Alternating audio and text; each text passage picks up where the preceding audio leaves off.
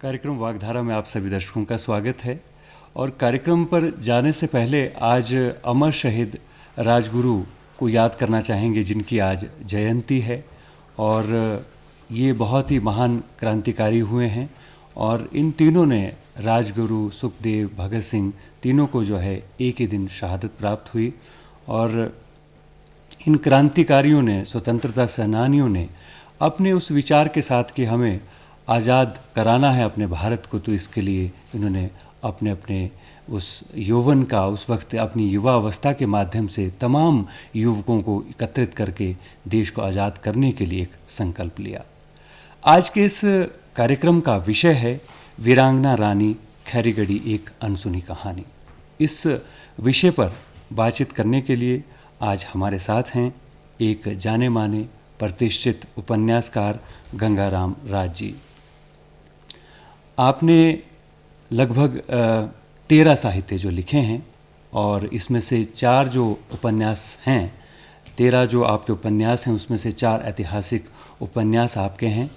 और ये बात भी बड़ी ख़ास है कि आप हिमाचल के पहले ऐसे उपन्यासकार हैं जिन्होंने इतने ये उपन्यास लिखे हैं।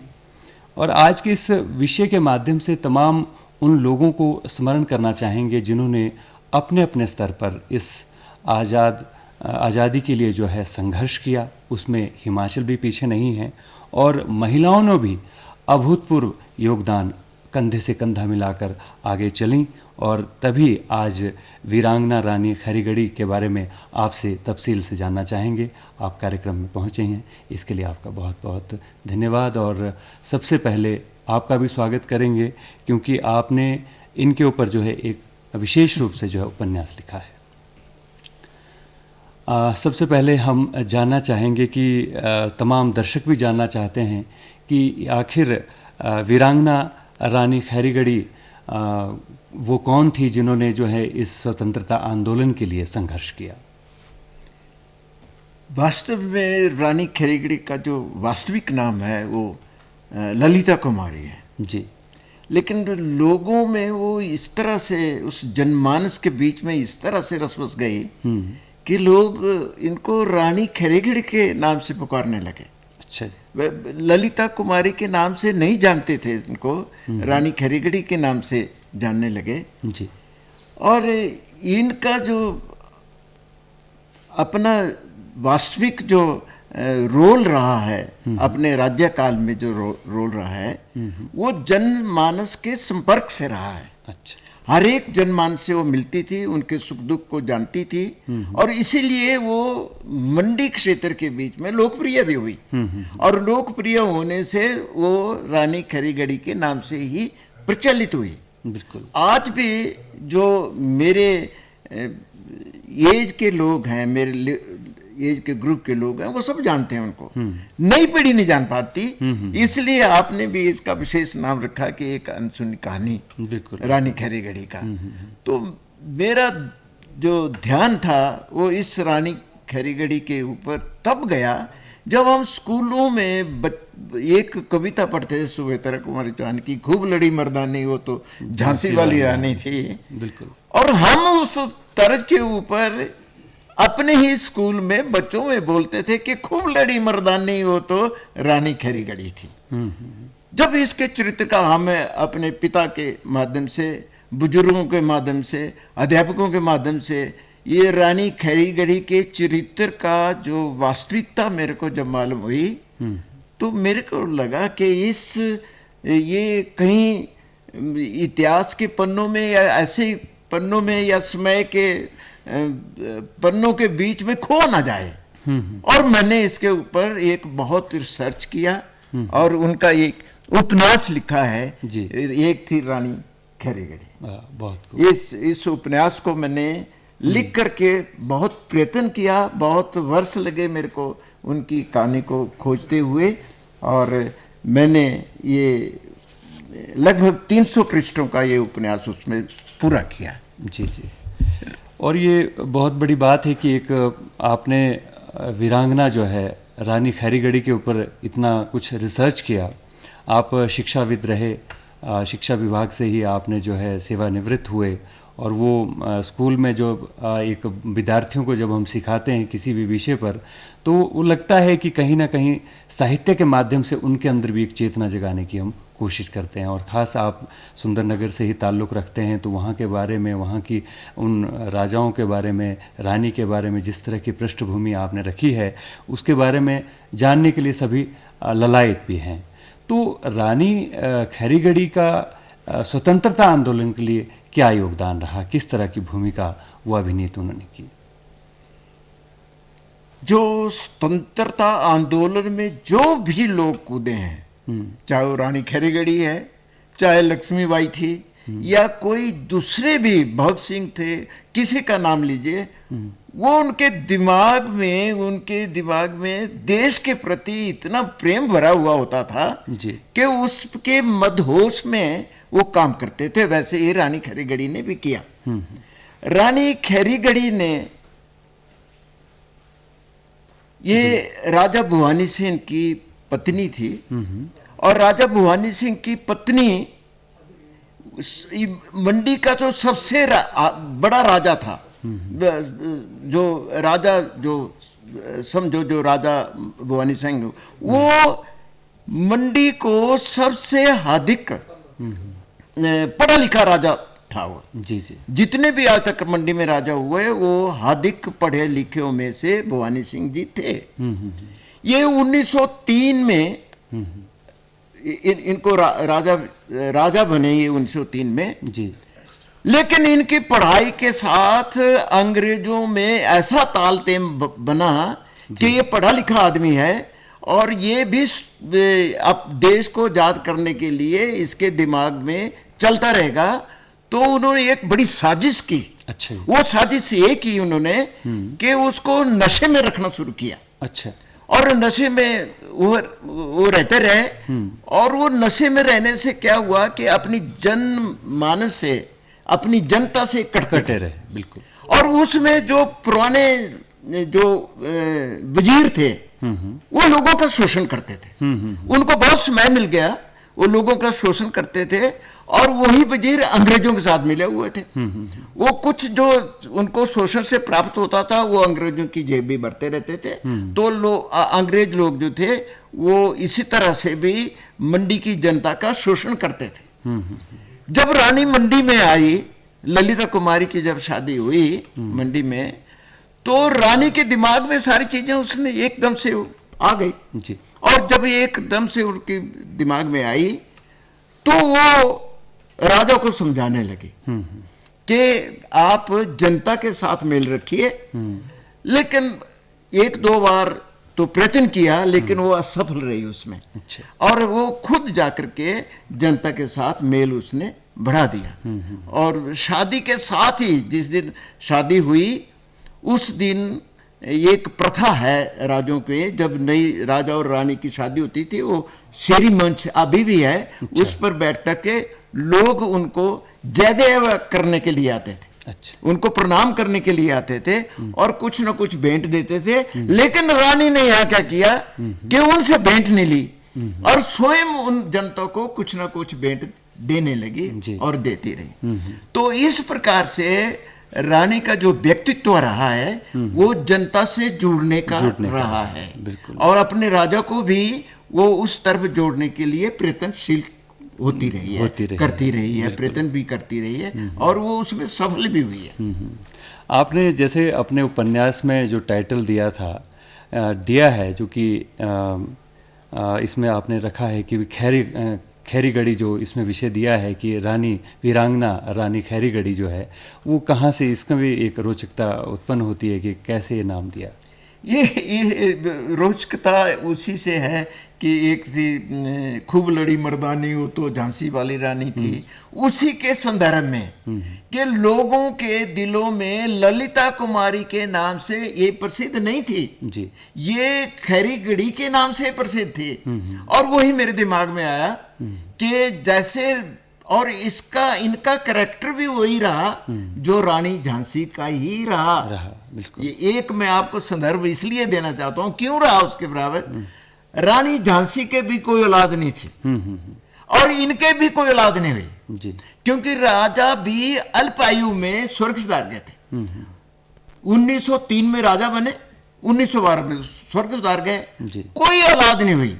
और जब कोई औलाद नहीं हुई तो जिस तरह से रानी झांसी ने एक गोदी पुत्र ले लिया, अंग्रेजों ने उसको मान्यता नहीं दी, लेकिन इन्होंने एक अपने सेनापति का लड़का जी, मियां किशन सिंह का लड़का गोदी पुत्र लिया। वो जानबूझ करके सेनापति का लड़का इसलिए लिया गोदी पुत्र कि सेना रानी के साथ थी, सेना रानी के साथ ही, जनता रानी के साथ थी। अंग्रेज कौम जो है वो बहुत तेज कौम है। उन्होंने देख लिया कि रानी का जो व्यक्तित्व है, रानी का संपर्क जो है वो लोगों के साथ खूब है, बहुत है। तो इसलिए उन्होंने कोई दूसरा कदम नहीं उठाया, जैसे रानी झांसी के लिए उठाया था कि उसको मान्यता नहीं दी, लेकिन इनको मान्यता देने पड़ी। और जो इन्होंने गोदी पुत्र लिया था जोगेंद्र सेन, राजा जोगेंद्र सेन, उनको गोदी पुत्र लिया और उसको मान्यता दी। स्वयं अंग्रेजों ने अपनी डिक्लेयर किया कि मंडी के राजा होंगे। तो इसलिए ये दोनों की समता जी, रानी झांसी की और इनकी दोनों की बराबर है। यहां पर रानी सफल हुई है, रानी खैरीगढ़ी सफल हुई है। उन्होंने अंग्रेजों से मान्यता अपने पुत्र के लिए दिलवाई। हो सकता है कि अंग्रेज थोड़ा सा लिनिट हो गए होंगे इस बारे में रानी 1857 के बाद कि इस तरह से हगामा ना हो, तो गोदी पुत्र की उसको मान्यता दे देगी। इसलिए दोनों की कहानियां, दोनों की समता आपस में बराबर थी। तो इसलिए जो है ये इस तरह का आपने इसके लिए, हाँ, इसलिए मेरे दिमाग में आया कि एक थी रानी खरीगढ़ी और मैंने इसका नाम एक थी रानी खरीगढ़ी रखा। और इसको भाषा अकादमी की तरफ से भी पुरस्कृत किया गया जी। और तमाम मंचों पर जब भी इसका जिक्र होता है तो उन वीरांगनाओं के बारे में ज़रूर जो है स्मरण किया जाता है जिन्होंने देश को आज़ाद करने के लिए अपनी अहम भूमिका निभाई है जी। तो वो कौन कौन से आंदोलन थे जिनके माध्यम से इन्होंने अपनी एक छवि बनाई और अंग्रेज़ों को जो है आंखें दिखाने की कोशिश की? तो जिसमें शायद सोवा सिंह वाला एक आंदोलन भी है और दूसरा एक ड्योढ़ा का जंगल को, शायद दो तरह के आंदोलन रहे। हाँ, आपने बहुत अच्छी तरह से याद दिलाया कि रानी खैरीगढ़ी के समय में बहुत दो बड़े आंदोलन हुए और मंडी में सोवा सिंह का इतना बड़ा आंदोलन हुआ जी। वो आंदोलन किस लिए हुआ कि जो मंत्री थे वो लोगों का शोषण करते थे। अंग्रेजों के विरुद्ध का आंदोलन नहीं है वो उन जो मंत्री थे वो शोषण करते थे, उनके विरुद्ध का वो आंदोलन था। लोगों को बेकार करनी पड़ती, पुलिस से घर घर में जाकर के लोगों को पकड़ आती थी और बेकार करने के लिए राजा के यहाँ लाती थी। और आधे लोग जो थे वो जो मंत्री थे वो अपने घर में, जीवानंद मंत्री था वो जो शोषण करता था, वो अपने घर में उसको उनको बरता था। तो उसके विरुद्ध वो आंदोलन खड़ा हुआ है। सोवा सिंह पहले 5 आदमियों को लेकर के राजा के पास जाता है, जीवानंद जो मंत्री है वो मिलना नहीं देता। फिर 10 आदमियों को लेके जाता है, रानी को पता लगता है, रानी राजा से बोलती है कि इसको मिलना दीजिए, इससे पूछिए कि क्या बात है। लेकिन जीवानंद बीच में पड़ता है और राजे ने रानी की बात नहीं मानी और वो नहीं मिलना देता है। फिर वो 20 आदमी को लेके जाता है, तब भी नहीं मानेंगे। और फिर वो इतने लोगों को प्रभावित करता है, जब वो घर से निकला, बल से निकला है, वो सरका घाट का रहने वाला था। बीच में मेरे को एक बात आ गई कि हम इस रिसर्च करने में हम सोवा सिंह के घर पहुंचे। अच्छा जी। घर पहुंचे तो मैंने देखा कि उनका फोटो मिल जाए, उनका कुछ ना कुछ निशानी मिल जाए मेरे को, लेकिन कुछ भी नहीं मिला। उनके घर की औलाद खत्म हो चुकी थी, पत्नी खत्म हो चुकी थी, उनके आगे कोई औलाद नहीं रही थी। उनका भांजा अब उस घर जो था, घर का वारिस उनका भांजा था। मैंने वो टीचर रिटायर हुए थे, मैंने उनको बोला कि भाई उनका कोई निशानी है? कहते कोई निशानी नहीं साहब, उनका एक ढाल थी जो गांव वाले थोड़ा थोड़ा टुकड़ा, वो गेंडे की डाल थी, वो टुकड़ा लेकर के बच्चों को बीमारी के लिए उसकी दवाई बनाते थे, लेते गए जी। और मेरे को 2 इंच का टुकड़ा उन्होंने दिखाया। मैंने बोला इसी को संभाल के रखो, कोई ना कोई मेरी तरह शोध करता आएगा तो वो उसको देखेगा। लेकिन मैं अब दूसरी तरफ चला गया आंदोलन की तरफ से। जब लास्ट में वो राजा के पास जब पहुंचने लगा जी। तो लोग जोश में है। और ये जब वो चलने लगे तो उस वक्त उनके साथ 30 आदमी थे। धीरे धीरे वो चलते गए, कारवां बढ़ता गया। 20,000 आदमी अंग्रेजों के गस्ट नोटिफिकेशन में 20,000 आदमियों का उल्लेख है जी। 20,000 आदमी लेकर के जब मंडी शहर में पहुंचे, वो तिल भर जगह नहीं थी, इतने आदमी थे। उससे राजा घबरा गया। राजा ने सोचा कि ये मेरी गद्दी को खींचने आया हुआ है, मेरी गद्दी को संभालने आया हुआ है, लेकिन ऐसा नहीं था। और रानी ने तब भी बोला कि इसकी बात सुनो, और उन्होंने तब भी नहीं सुनी। तो सोवा सिंह ने उस वजीर को खुद जेल में डाला। जितने तहसीलदार जो थे, वो जो घूसखोरी करते थे, उनको जेल में डाला। जो थानेदार लोगों को मारता था उनको जेल में डाला। और ये किस्म का वो उसके हुक्म से राज शुरू हुआ, हुकूमत चलने लगी। रानी उसमें दखल अंदाज देती थी उसी तरह से, लेकिन रानी ने वो कंट्रोल रखा, सत्ता उनके हाथ में नहीं गई। दूसरा आंदोलन ड्योढ़ा जंगल का हुआ है जी। बल में है ड्योढ़ा जंगल, अभी भी है वो जंगल। वो विजय सैन के समय के ऊपर लगाया गया जंगल था। वो इसलिए लगाया गया था कि लोगों को लकड़ी की आवश्यकता होती है जी। महीने में, साल में 2 महीने राजा ने रखे हुए थे जी कि ये 2 महीने जो है वो राजा इनमें से गांव के लोग 2 महीने लकड़ी ले सकते हैं सर्दी के दिनों में। वो उनके राइट्स आज भी हैं। वो इस जीवानंद ने बंद करवा दिए थे। तो उसके लिए आंदोलन हुआ कि हमारा आंदोलन है, तो क्योंकि इधर उधर से लकड़ियां नहीं मिलती, लोगों ने खाना बनाया होता था, तो वो आंदोलन भी सफल मतलब हुआ। कुछ संघर्ष ऐसे थे कि अपनों से भी उलझना पड़ा जी। अंग्रेजों से अलग उलझना पड़ा। तो ऐसा क्या हो गया था कि रानी ललिता से, यानी खैरीगढ़ी रानी जो है, उनसे अंग्रेज नाराज हो गए? अंग्रेज इसलिए नाराज हुए, अंग्रेजों को मालूम हुआ जी कि रानी जो है वो इस प्रकार के जनसंपर्क में है। जी। जनसंपर्क में वो रानी है। और जो 20,000 लोगों का जत्था जो आया, उसका आधार रानी को ही वो मान रही थी कि रानी के आधार के, रानी के कारण ही इतने 20,000 लोग आ गए। उस समय 20,000 लोगों का आने का मतलब है कि बहुत बड़ा जन समुदाय। तो इसलिए अंग्रेज जो थे वो एक नीति ऐसी करने लगे कि रानी को काटने लगे कि इसके अंदर तो बहुत बड़ा जन समुदाय है। बिल्कुल। और इसी बीच में रानी, जो स्वतंत्रता सेनानी थे, जो स्वतंत्रता के लिए बीच बीच में काम कर रहे थे, बहुत से लोग थे। भाई हृदय राम जी थे।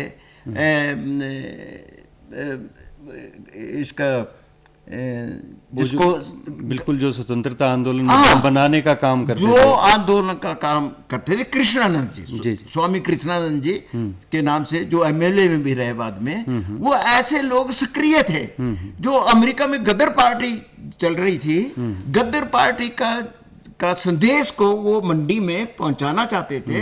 रानी उनके संपर्क में भी आ गई। अच्छा। रानी उनके संपर्क में आई और उसी संपर्क से अंग्रेजों की अपनी सीआईडी बहुत होती थी, उनको पता लग गया। इसलिए इन कारणों से अंग्रेज लोग जो थे वो रानी के विरुद्ध और देश निकाला भी रानी को दिया। हाँ, ये एक बहुत महत्वपूर्ण बात है, जो ऐतिहासिक बात है।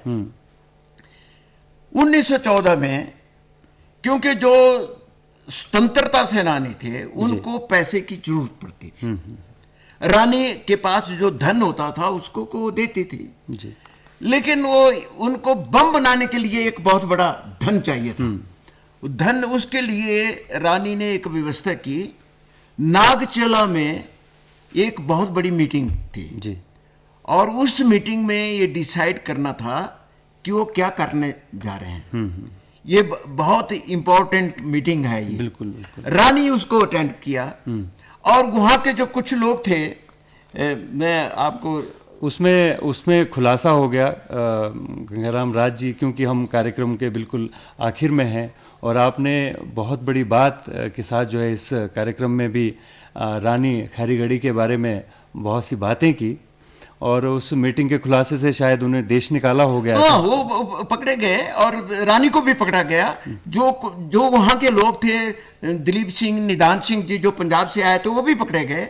उनको तो आजीवन कारावास हो गया, लेकिन रानी को वो कारावास में नहीं रख सके, डर के मारे उनको देश निकाला हुआ। बिल्कुल, आपने कार्यक्रम में रानी खैरीगढ़ी के बारे में बहुत सी बातें की और बहुत से लोगों को इस विषय में जानकारी भी हुई। आप इस कार्यक्रम में पहुंचे, इसके लिए आपका बहुत बहुत धन्यवाद। धन्यवाद, शुक्रिया जी। कार्यक्रम वागधारा में रानी खैरीगढ़ी के बारे में तफसील से हमने गंगाराम जी से जाना कि किस तरह से रानी खैरीगढ़ी ने देश के लिए और स्वतंत्रता आंदोलन में हिस्सा लिया। फिलहाल अगले कार्यक्रम में आपसे फिर से मुखातिब होंगे, तब तक के लिए आज्ञा दीजिए। नमस्कार।